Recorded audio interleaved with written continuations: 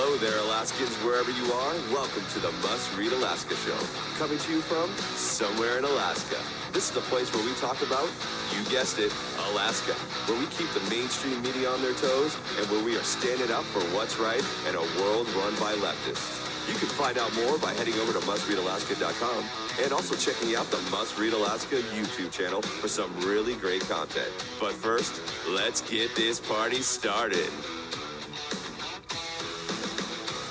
So welcome everybody to the Must Read Alaska Show. I'm your host, John Quick, coming to you live from somewhere in Alaska. I'm actually here in Nikiski, Alaska, and we got literally almost probably a foot of snow, maybe even more. We were only supposed to get about 6 inches. Oh. And man, it came down. And so we haven't had an episode probably for about a week. I was at a family member's wedding down in Sonoma County, and it was a blistering 97 degrees down there. So I'm back in Alaska. And we have a special guest today. Tomorrow, we're going to have Junior, who's the Chief Equity Officer for the City of Anchorage. He'll be on the show. And then Friday, we'll have Pastor Ron from Anchorage Baptist Temple on at 9 a.m., just sharing about what he's up to, what his church is up to, and how faith intersects with politics. But today, we have none other than Senator Mike Shower. Senator, welcome to the Must Read Alaska Show. Thanks, Jonathan. Thanks. Good to be back. Sorry about this morning. Oh, it's all good. Well, I'm super happy that you're on with us today. And, you know, one of the things I just want to get right out the gate is your opponent issued kind of like a press release, I would say. And one of the statements in there was pretty scathing accusation. And I'm just going to read it here if I could find it. Had it pulled up and I don't know where it went to, but he basically just said that you have missed, there it is, Mike Shower was absent for 25% of the votes taken during his time in office. This is not an accusation. This is a verifiable, factual statement. And I read that and I thought to myself a couple things, and then I'll let you chime in. I thought to myself, that's probably not a true fact. Everybody misses votes, but 25% seems very high. And then I also thought to myself that I am proud of the senators and the people in the House that have day jobs, because I think that one of the things that leads and lends people to kind of going into the swamp is that the only thing they do is politics. And I think that our, the way that our Senate and House was set up was that you're not necessarily making this huge living. You're only in the session for 90 days to sometimes 120, and that it opens yourself up to having a full-time or another part-time job, which I appreciate. And I think you've done that through, flying through with FedEx. And I think folks in your district appreciate that. So what's your response to an accusation like that? That's a lot packed in, so I'll try not to talk too fast, but there is a lot going on there. First of all, let's respond to that, kind of how we got here with this. So one of the district chairs of the two Republican districts and the Senate district had fired off a series of articles, and the last one a couple of weeks ago had some information, a lot of it very negative about my opponent, and it was coming from a whistleblower trooper. I read it, saw this stuff, and I was like, "Ooh, wow, there's a lot of stuff there." And the next thing you know, my opponent fires back and accuses me of being, this district chair is my operative. Well, I got news for you. I didn't ask for this to be written. I don't want any part of this. I told him before the campaign started, I run a clean campaign. I don't do this. And this stuff came out. And so they were firing back and forth. I'm like, whoa, whoa, whoa, whoa. I don't do this stuff. I'm not going to be a part of this. Well, he dragged my name into it. He asked for that, that's fair game. And he said, well, Showers missed 25%, what you just said with that quote. I'm like, let me just check that. Let me see. Maybe I was gone for 25%. And it took me about 30 minutes, Jonathan. That's how hard it was to go back right into the Alaska legislature website, akleg.gov. I sat down and tallied up every vote, about 1,000 votes in the 4.5 years I've been there. Missed just over 100, not including special session stuff where, we do have a citizen legislature. Those of us with jobs can't necessarily just drop everything and show up, right? And so I missed just over 100. So it's actually about 10.5% roughly is what I missed. That's not even close to 25%. Some legislators have missed more than that. Some have missed less. I'm kind of in the middle of the pack. And I looked at every other senator just to have a rough feel for it. Wouldn't you know it? There's not a single legislator, even the one that's missed the most out of it, and it wasn't me by a long shot, didn't even come close to missing 25%. So I don't know if they just can't do math. I don't know if he's getting bad advice from somebody campaigning saying that's what, just say it, just throw the accusation out there, or if they're being dishonest. Any of those are troublesome to me, Jonathan, because you can't make those kind of wild claims and say that, because that shows a very dishonest and false narrative, especially when it's something that can be proven in about 15 minutes of doing simple math, which is exactly what I did. So it's absolutely factually untrue and a little disappointing that they would actually do that. In addition to that, since you asked that question too, yeah, we're a citizen legislature and everybody misses some votes. And I put it in an article I wrote, and I did put a counter to that in a must read article, because I said, so people aren't going to get upset at me for missing a funeral, missing votes for a funeral. Michelle's emergency back surgery that took me out for the end of 2 weeks of one of the sessions towards the end, you missed some votes. I had to be there for that. Didn't know that coming. And a family wedding.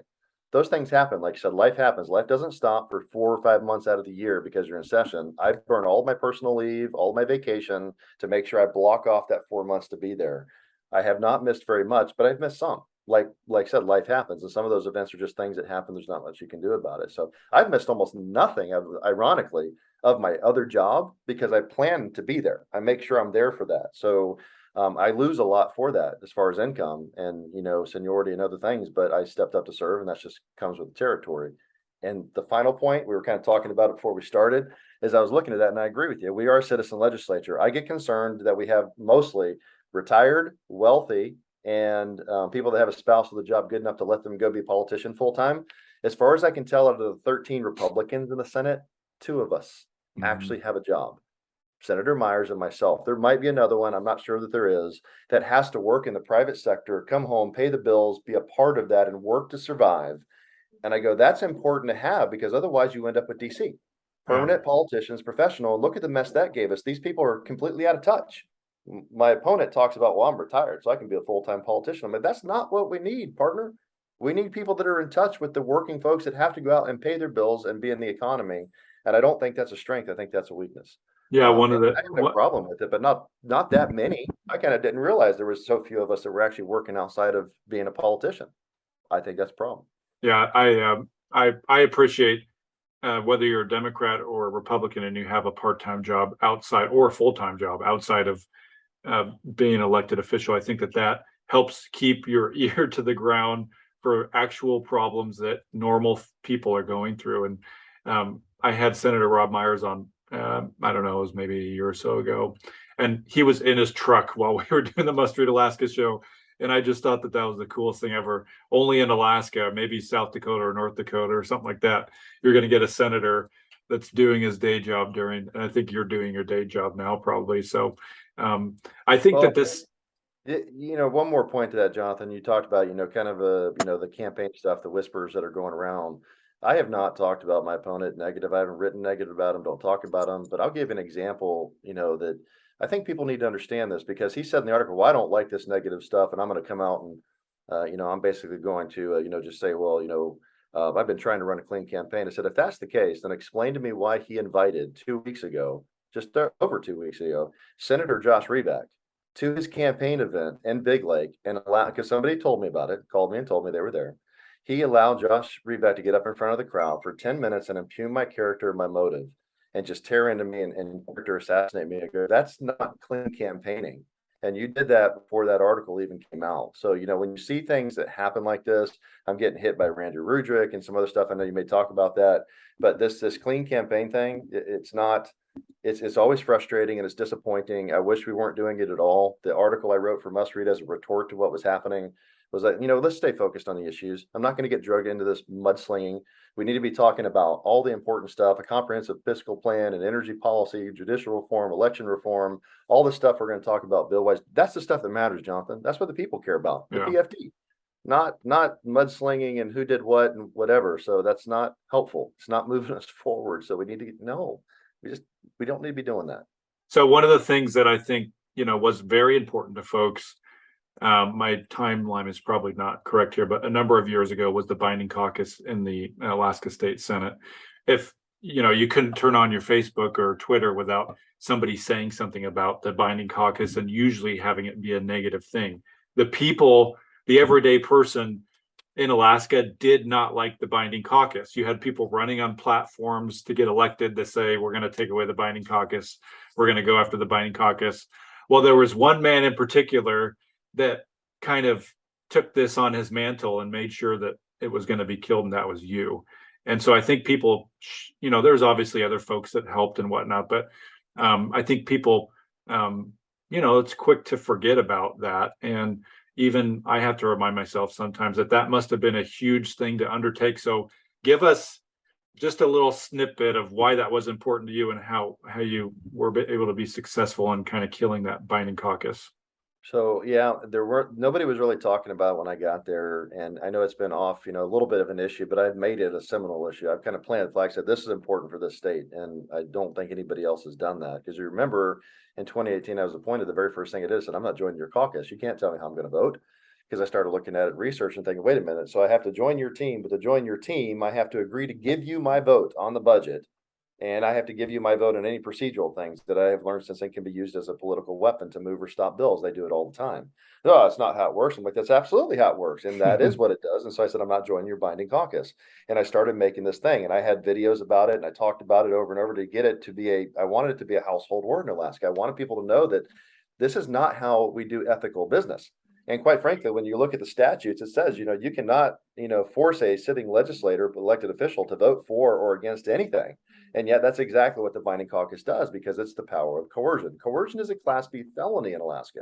If you told me to vote for something or against something and somehow enticed me, either gave me money, promised me something, and then threatened me if I didn't, guess what would happen, brother? I'm going to jail. That's I'm right. go to jail. But in Alaska, in the legislature, your Senate president, your House Speaker, and others that have power and have been there a while, they can twist arms like that all day long and go, Mike, if you don't vote for this, I'm taking away your chairmanships, which is worth something, money and power. I'm taking away your committees. I'm taking away your staff. I'm harming your staff by taking away their pay. All of those things happen on a regular basis. They happen to me real time. Kathy Giesel did it. She ruled with an iron fist. She punished her Republican colleagues because we didn't vote the way she wanted us to. And she used the power of coercion to try to twist it. And then she took away all of our chairmanships. Speaking of Josh Revak, he took both of my committee chairmanships and committees. And he says, well, I don't agree with what they did. Well, you must, Josh, because you took my committees when they slaughtered me and they stripped away all of my stuff so I couldn't represent my district. You took all my committee chairmanships, literally. Don't tell me you didn't agree with it.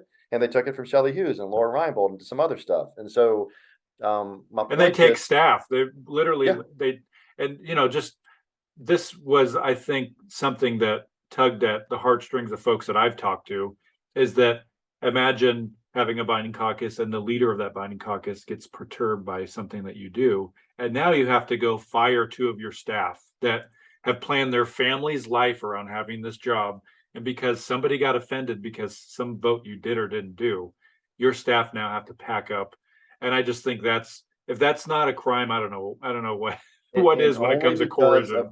Only because of their personality, and they don't like what you're doing, so they want to control you and tell you how it is. So the last big point of that binding caucus, because that's what it does, it tells people how you're going to vote, and you got to be on the team and do pretty much. And so what we've done, Jonathan, is we've ended the power of 60 legislators, the super branch, the most powerful branch, the people's representation, the most across the state, that big body that comes in, right? And everybody should have an equal voice and a say.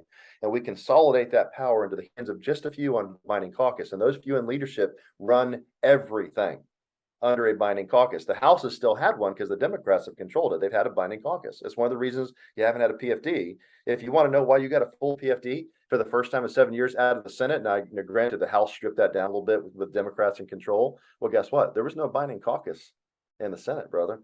And you know what happened when I put that amendment in? Everybody was allowed to vote the way they wanted to. And guess what happened? That actually made it through 10-9. If there was a binding caucus, there would have been no statutory PFD leaving, because they would have guaranteed it, and they would have threatened us with chairmanships and taken all of our stuff away had we voted that way. So the binding caucus is a terrible idea. I called, as you know, I went when this happened back in 2019 and actually January 2020, they stripped us of all of our stuff. Kathy Giesel, Bert Stedman, and I've heard, like Josh, or even my opponent go, well, he talks bad about Stedman. Stedman is part of the problem. He's the one that did it. Him and Kathy Giesel and John Coghill, they are the ones that force other people to go a certain way. Of course, I'm going to fight that. I don't work for the caucus. I don't work for leadership. I don't work for a party. I work for the people of my district. You're not going to tell me how to vote. And I love it. my opponents out there go, well, I'm gonna take a collaborative approach. Well, you know what that means? Binding caucus, and he's gonna sell your vote to leadership. I don't care what you say. If you do that, that's what you're doing. Last point. You know, Michelle and I went around for 4 months after that happened because they gave me nothing but time when they took away all my committees to sit there and actually research this. And I found out and called legislative about 150. Every other state in the union found out not one other state, zero, used this binding caucus. And most of them said, Mike, what are you doing in Alaska? Are you a banana republic? That's unconstitutional. That's unfair, not democratic. That's a terrible idea. It's against our oath in Missouri or Mississippi. It's against their oath. It actually says it. You cannot promise to vote for or against anything. They'd be violating their oath.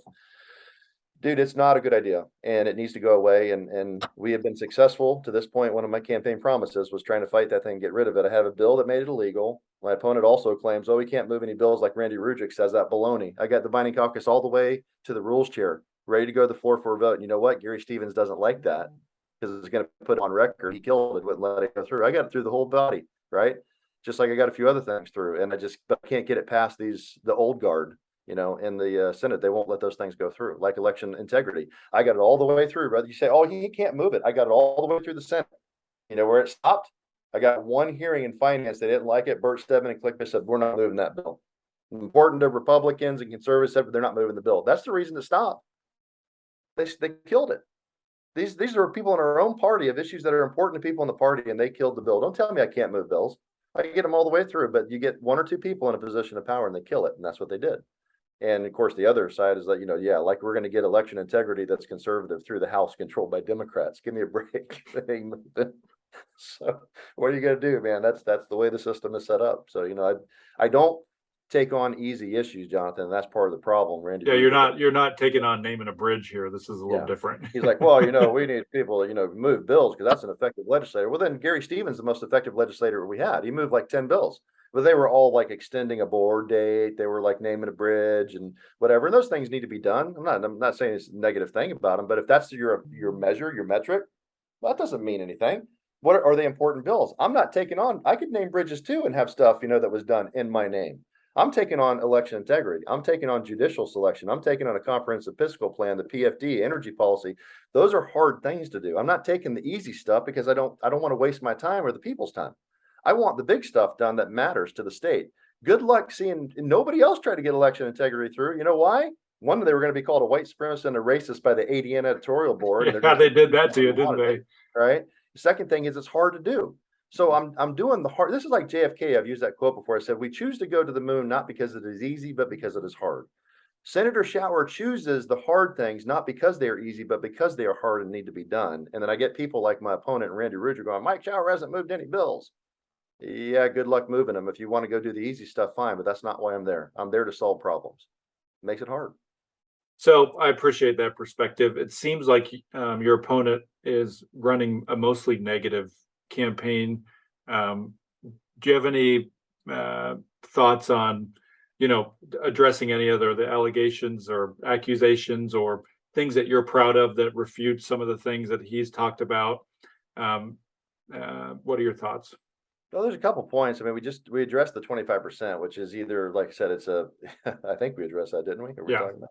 So, you know, either they're really bad at math or, you know, it's a false narrative just trying to hurt somebody. And it is a smear campaign because it's a very easily disprovable false, you know, piece of information.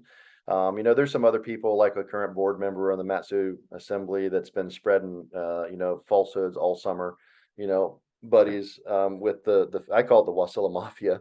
You know, that's what I'm dealing with the old power elites, you know, in Wasilla, and they're all kind of tied together. A former mayor was doing the same thing, talking about they could say, oh, and I know this because we're getting asked this. People come, well, Mike, so-and-so, you know, this mayor just said, you know, that you never go to Valdez. You hate him. I go there like 3 times a year. I've been going there for like 25 years, 3 or 4, before I was in politics. What? And and you're like, holy mackerel. And this boat thing, you know, you flipped off Massey and his family. What? No, we didn't. And then you find out it was actually his friend, you know, so you're seeing these things being spread. It's been happening, you know, when they say, oh, well, I've been trying to keep it clean all summer. This stuff has been going on all summer. I've said nothing. I've just let it go. Yeah. You know, oh, it invites Josh Reback up, a sitting senator, a colleague, a Republican colleague, and then lets him impugn my character for 10 minutes at his campaign event in Big Lake and says, oh, well, you know, we're keeping it clean. No, you're not. This has been going on the whole time. What's going on with that district chair? That district chair, I said before, took me to task 5 years ago because wasn't happy that I was running for the Senate. Don't tell me that's my operative. It's not. So I'm here, it's just kind of like the thing where you accuse somebody else of what you do and try to get it to stick to them. So I get what it is. It's that kind of politics. It's late in the game. Perhaps sometimes this is a pang of desperation. If you think the other person's starting to win, you tend to go negative. That's almost always what happens in campaigns. And I just don't want any part of it, Jonathan. There's lots of stuff going on. I've been focused on the issues, and that's my point. I want to stay focused on the issues and all these things we talked about that matter. You know, that comprehensive fiscal policy, we desperately need it as a state. Businesses, we're never going to be open for business if we don't have a stable tax environment and we don't get our fiscal house in order. Nobody's going to want to invest. There's so many things we need to be working on, and that's why I put that article out in Must Read. Let's So look at what's the what we top talked about 2 or yesterday. 3 things you want to work on the day after you're reelected? Well, one of the things I'll tell you, I think that's become top of the list because there are a lot of things up there, but it's kind of percoled its way to the top, and that would be the repeal of ranked choice voting. I think everybody in the state, just about, unless it benefits them, wants that thing gone. I already have that bill pre-filed and ready to go. I know George Rauscher and a few other House members have some bills filed too. So I think there's going to be a slew of bills to strip ranked choice voting out and get rid of that just as soon as we can. And if there's enough, people doing it, that'd be great. And my opponent doesn't, and this is an important point, and this is not to, negative. I want to talk about issues. That's my whole point with my 2 of us in the race this entire season, this entire summer, has been listed to talk about the issues. Where do we stand? Well, my opponent has a very vague website and doesn't talk about all these issues. Like, I've been a lifelong Alaskan. That's your qualification. I was in law enforcement, as a game warden trooper for 4 years, whatever. That doesn't tell me anything. I want to know what your position are on the issues. He supports a defined benefit plan. He said it. Well, we know that's unaffordable for all states. That's 25,000 state employees. We can't afford that. So that's not a doable option. We know there's a difference, for example, in the PFD. I say I'm going to follow the law, and that equals statutory PFD unless we change it. Well, he says he's going to do the Burt Stedman PFD. Whatever the state can afford after the state is fed and water, the people get what's left over. That's right off his website. Those are significant differences. I want to talk about the key issues, and one of them is repealing ranked choice voting, and then election integrity to make sure that people on the left and the right they have faith restored. Well, he doesn't talk about that at all. That's nowhere in his speeches. That's nowhere in his platform, literature, website. So repealing ranked choice voting, election integrity, Jonathan, judicial selection, how we choose our judges is a big deal. Getting rid of the Missouri plan or the merit plan, because guess what? Even Missouri doesn't use it anymore. I think that's ironic. Almost no state does now. So that's a big deal to me. And I almost got that through the Senate, right? Just like I almost got election integrity through. But like I said, that was killed by other Republicans in the Senate. And that comprehensive fiscal policy. Those are big issues that we have to do. And those are things I've been working on the whole time. Now, I will tell you, you talk about Biden caucus, I have been successful in killing that in the Senate, and that was a campaign promise. So good there. But I almost got the bill through. Like I said, Gary Stevens, rules chair, killed it after I got it through the rest of the body. And we repealed SB 91. That was a big deal too. That was a key campaign promise. Shelley Hughes and I were with Wilikowski, ironically, who was also against it. And the 3 of us were the Senate members, and we did repeal SB 91, and we had 3 House members on the other side. So 4 of us were for the repeal. Chuck Kopp, ironically, who's running my opponent's campaign, and Matt Clayman, far left Democrat at Anchorage, were both wildly against repealing SB 91. Okay. So you can kind of see where, the loyalties lie in all this. But so some of the campaign promises have been fulfilled. Like I said, repealing SB 91, binding caucus for now. But the one thing that we haven't solved, that's PFD. But that's part of the comprehensive fiscal policy. And, we can talk more about it if we have time, but that was a part of that group I was on last year, created by leadership to solve our problems. We gave them plans that worked to balance the budget moving forward, including solving the PFT and the spending cap, and they didn't even look at it. And frankly, Jonathan, that's when I crossed the line on the Constitutional Convention too. I said, I think the only way it's going to be solved is if the people take this back, because the legislature and the special interests and big union leadership and others that control this state, really, they're not interested in solving the problems. You said it yourself a few minutes ago. They're not interested in solving those problems because that's where they get their power from. So real quickly, because I think this is important, even though you were on the show and stated your position on the Constitutional Convention, what is your position and why is your position what it is? So I've been misrepresented a number of times in the last, few weeks, right? They've been using words on the Senate floor from a year and a half ago when I clearly said I was still a no vote. If you had asked me, I've always voted no in the past. And I still held a sliver of hope, even then in that floor speech where they're saying, Mike Shower says this is dangerous if we do this. Well, I've been saying that for some time. And my point has been that I believe it's the legislature's job to do this. And I had a sliver of hope even at the end of last year's session, the previous year, that maybe we would solve those problems. And that those are those speeches going, guys, we got to solve this. It's dangerous if we don't do it. That's our job. We can take time. Now, the Constitutional Convention also takes time. It's going to run just like the legislature, right? You're going to have committees and you're going to propose amendments, and it's going to do the vetting process and arguments and legal and all that stuff. So it happens just like the legislative body. It's not like it's going to go fast. It's just, I believe that's our job. But after that fiscal policy working group, Jonathan, after the leadership, Peter Machicki, Luis Stutz, they made this group, put 7 Democrats, 5 Republicans together, and we all stepped off of our positions and figured out a way ahead that worked, that was fair and balanced, that everybody didn't quite like. That's your best compromise, right? But it solved the problem. And then they ignored it. I said, that's it, I'm done. I said, there's no way we're ever going to solve this. We got one shot right now. And that's with the Constitutional Convention, where the people themselves will actually take the power back. The people they control it, right? They got 3 votes. They vote for it or against it. They vote for the delegates. So they're going to choose who goes. And then anything that comes out of the convention, they get to approve or reject at the next general election. Those things will be on the ballot. So, so that's how I crossed that line. And it's unfortunate that the no votes and the others are so unethical again, that they're going to use my own words against me out of context, because they know it's out of context and they know I fully support it now for that very reason. But again, Jonathan, what's it come down to? Like all things, power. They know that if the Constitutional Convention has voted yes, and we put good delegates there, capping, the spending of the state, protecting the PFD from their little paws getting on it and taking that money, things like that, maybe how we choose our judges, those things, they lose control, they lose power. And that's what they're afraid of most, is losing power. And that's why all of this money, dark money, ironically, flowing in from out of the state to oppose a Constitutional Convention. Why would George Soros and the 1630 Fund be pouring millions of dollars into Alaska to oppose a Constitutional Convention? Don't you think that's kind of odd?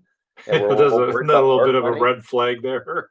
Where's that money coming from? It's all coming from somewhere else. It's coming from out of the state, over 90% of it, to oppose this. And you got to look at who's doing a big union leadership, not anti-union, I'm in a union, but big union leadership, as political as anybody. Special interests, big lobbyists. There's a lot of folks that got their fingers in the government pie, and they get their money and their power from that, and they're not going to let that go easily. And they know doggone good and well, if we vote for Constitutional Convention, Jonathan, guess what? Some of those things might very well go away. That is power, the levers of power they've had for a long time. And so they're scaring people. Oh, it's dangerous. Don't do it. It's expensive. It's all these bad things. First of all, $17 million is the highest estimate. And I guarantee it's going to be probably a lot less than that. That's less than 1/2 of one day's operating expense of this state. And the people that write, and think about that number, less than 1/2 of one day's operating expense, it would be the entire Constitutional Convention.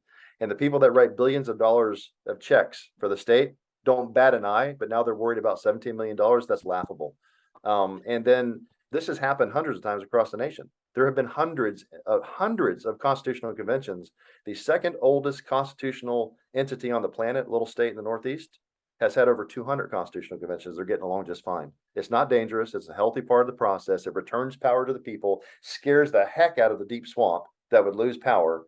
That's what it's about. Don't be afraid of it, folks. It happens. It's a normal, healthy part of the process. And our founders who created the Constitution put it in there for a reason. Put it there for a reason. If it's such a good Constitution as they claim, well, those people also put that in there. And it's a part of that Constitution because they knew there might come a time when the people had to take some of that power back and do it themselves. It's about power, my friend. Well, I appreciate it. How can somebody get involved in your campaign if they want to help knock on doors, make phone calls, cut a check for $25? Tell us your websites and where you're at. Well, if you go to MikeShower.com, that's had to buy my name, right? Like we all do these days and be savvy online, MikeShower.com. And on there, it's got donate and endorse and information if you still wonder who I am or what I support. My website is not vague. It's not generalities. It's very specific on what I support. And I have a record for everybody to see, including like so when I had to look up the claim, well, he's missed 25% of the votes. No, I haven't.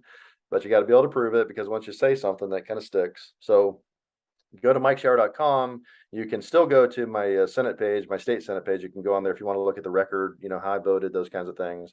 I'm on Facebook, Mike Shower for Senate. You can reach out there and it's got, a phone number on it, an email, and you can certainly do all those things. And we're getting inputs from people. But I got to tell you, man, when Jonathan, the Senate president and the elites and the Republican Party leadership gave $1,000 to my opponent and $1,000 to me, but they didn't. That was out of the Senate Majority Fund, which was for incumbent Republicans in the Senate, and they gave money to my opponent, and they did not do that for any other senator in the state. our fundraising dramatically increased. People were very upset. I even got $1,000 from the Kenai Women's Republican Club, the Senate president's own backyard. They gave me money to offset it, and thousands of dollars from the ladies, and up in the Matsu Valley as well. And remember, man, I'm the only guy that is talking about Randy Rudrick and stuff's happening. I'm the only one that's endorsed.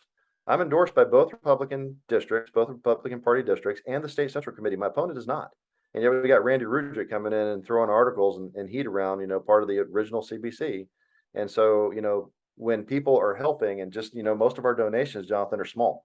I don't have big PACs. I don't have any PACs, no union backing, as opposed to my opponent. Mine is all from regular Alaskans, mostly $20 to $100. And we have hundreds of them, hundreds.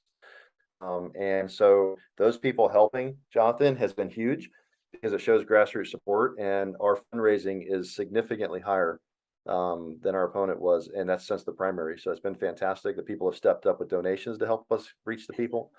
We have stepped up our ground game because we spent a lot of time in Big Lake and KGB, because that's where they didn't know us when we were redistricted into that backyard.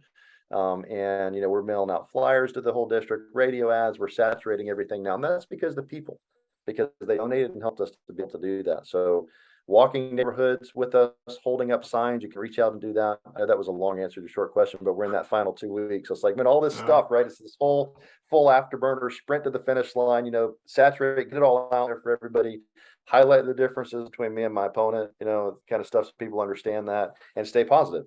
I'm not going to go negative on these things. You asked, and so I gave you examples of what happened, but I'm going to stay positive, man, because it's about all this stuff.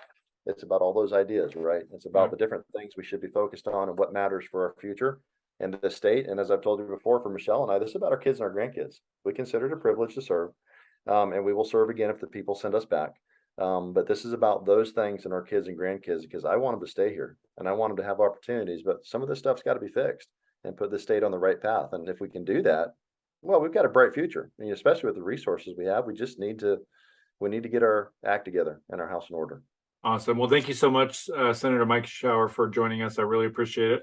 Wish you nothing but success in your bid for re-election. And thanks everybody for tuning in. We really appreciate you tuning into the Must Read Alaska show. If you listen to the Must Read Alaska show, whether it's on iTunes, Spotify, iHeartRadio, Pandora, the list goes on, and you enjoy it, make sure to give us a review. We do all this content free for everybody to consume, whether it's a podcast or the website or social media.